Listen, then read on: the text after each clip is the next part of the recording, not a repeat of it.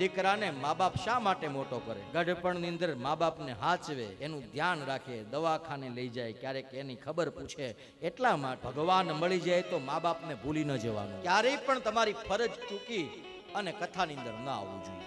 જેના ઘરે વિકલાંગ દીકરો છે, જે દીકરો હાથે ખાઈ પી શકતો નથી, પથારીમાં પડ્યું છે, એની માં ક્યારેક કથામાં ન આવે તો એમાં ભગવાનનો અપરાધ નથી, એને ભગવાને જવાબદારી આપી છે. કોઈના ઘરે વૃદ્ધ સાસુ સસરા છે અને એને હાલતા ને ચાલતા ક્યાંય આડાવડું થવું હોય તો ટેકાની જરૂર પડે છે.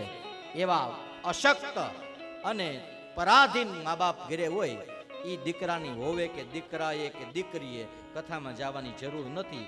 એની ફરજ છે એના વૃદ્ધ સાસુ સસરાની અથવા તો ગૌઢા મા બાપની સેવા કરે. પહેલા પોતાનું, પછી ઘરનું અને પછી બાર. માણસનો ધર્મ મારા ને તમારા ઘરથી શરૂ થાય. આપણે ભૂખ્યા હોય ત્યાં સુધી દાન દેવાની કઈ જરૂર નથી. પહેલા તમે સક્ષમ બનો.